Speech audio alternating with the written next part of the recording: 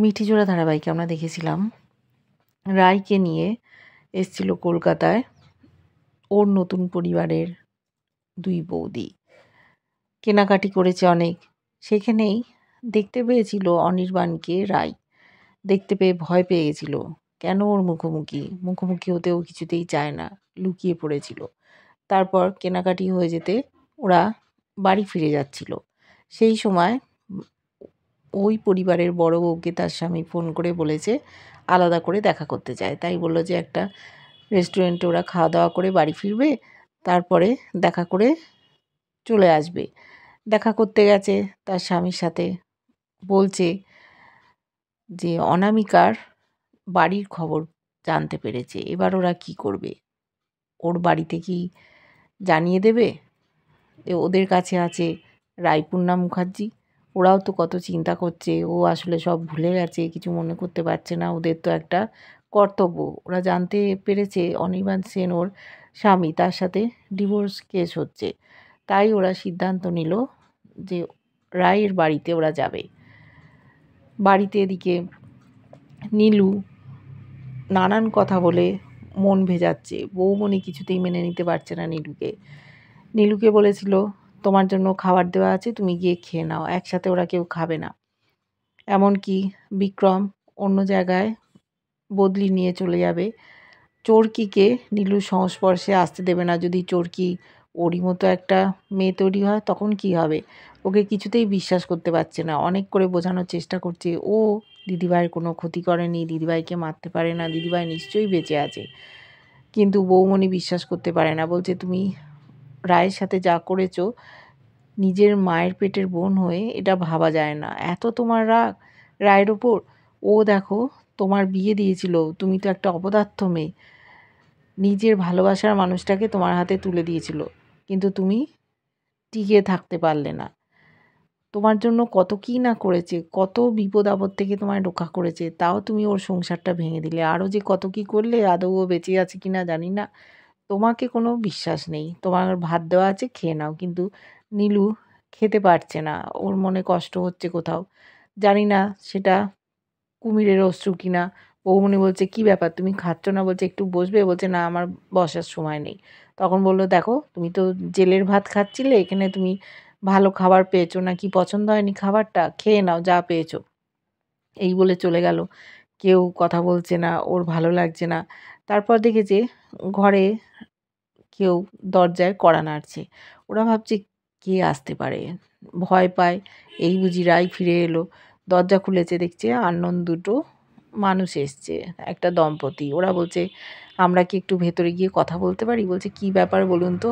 বলছে যে একটা বিশেষ কারণে এসছি। রায়পূর্ণা মুখার্জি কি আপনাদের মেয়ে? তখন বলছে হ্যাঁ। আপনার কি কোনো খোঁজখবর পেয়েছেন? বলছে একটু যদি ভেতরে বসে কথা বলতে পারি। নীলু পেছন থেকে উকিঝুঁকি মারছে। তারপর বলছে দিদিভাইকে কি আপনারা খুঁজে পেয়েছেন? কেউ পছন্দ করছে না যে নীলু কথা বলুক। ওদের বাড়িটা দেখে ওরা একটু অস্বস্তি বোধ করছে। সেরকম পরিবার না, ঘরে বসিয়েছে।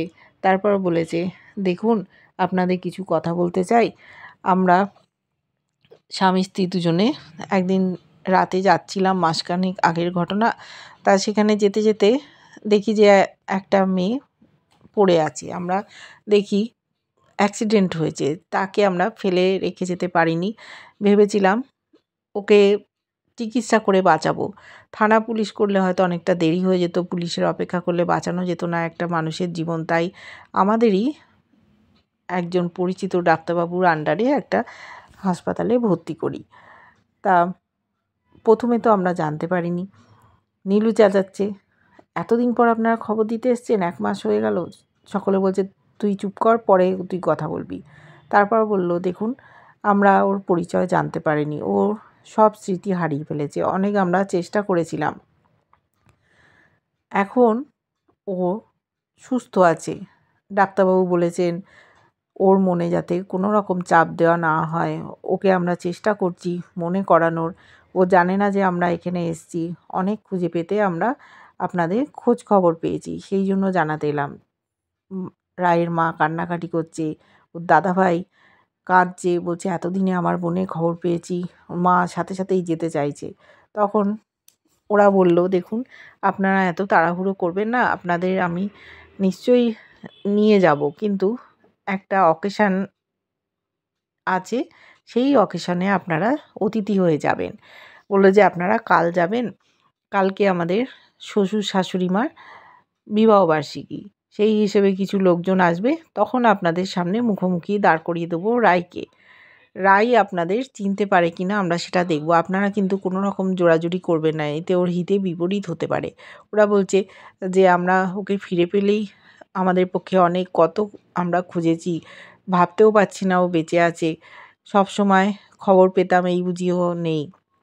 নীলুও ভাবছে এবার কি হবে।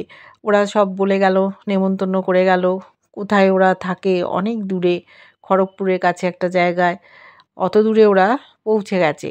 পরিবারটা যে খুব ভালো, ওরা কৃতজ্ঞ যে ওদের বাড়ির মেয়েকে পেয়ে যত্ন করে রেখেছে, এরকম তো আজকালকার দিনে পরিবার পাওয়া যায় না। তখন বলছে, দেখুন একটা মেয়ে বিপদে পড়েছে, এটা যে কেউ হলে আমরা সাহায্য করতাম, এতে আর কি আছে বলুন, ওরকমভাবে কি আমরা ফেলে দিয়ে আসতে পারতাম? সেটা কখনোই পারতাম না। আর আপনাদের মেয়েও খুবই ভালো, আমাদের সাথে মিলেমিশে গেছে।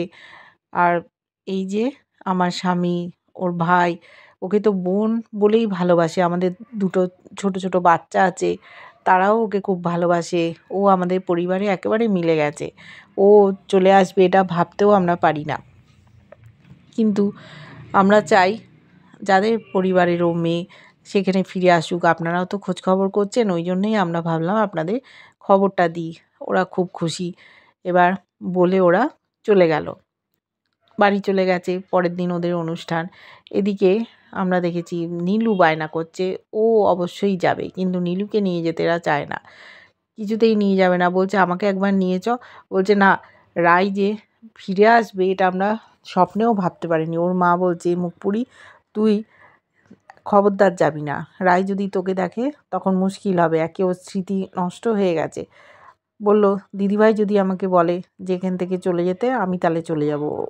বিক্রম বলছে, তোকে এই বাড়িতে আমি কিছুতেই রাখবো না, তোকে রাখলে সবসময় মনে হবে যে আমরা একজন ক্রিমিনালের সাথে আছি। তুই যা না, ওই কোয়েল, সানি এদের সাথে থাক, আগেও তো চলে গেছিলিস, তুই আমাদের বাড়িতে একেবারে থাকবি না। বলছে, এরকম করিস না, আমি কোথায় যাব দাদাভাই, আমি কিছু করিনি, দিদিভাই ফিরে আসুক, ও যদি বলে আমি তাহলে চলে যাব, তোরা একটু বিশ্বাস কর। তারপরে কিছুতেই রাজি হচ্ছে না। বিক্রমও বলছে, না তোকে নিয়ে যাব না, রাই কোথায় আছে? বলছে, অত দূরে ও চলে গেছে, কি করে গেল? তাহলে ওরা কি মিথ্যে কথা বলেছিল যে দিদিভাই বেঁচে আছে, বলে দিল যে মরে গেছে? কোয়েল তার মানে মিথ্যে কথা বলেছিল। নীলুর মনেও অনেক প্রশ্ন জেগে উঠেছে।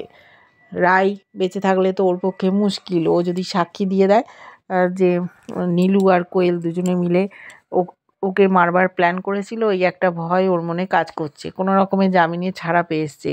এখন জানে যে রাই মৃত, কিন্তু রাই যে জীবিত এটা জানার পর ওর মনটা চঞ্চল হয়ে উঠেছে।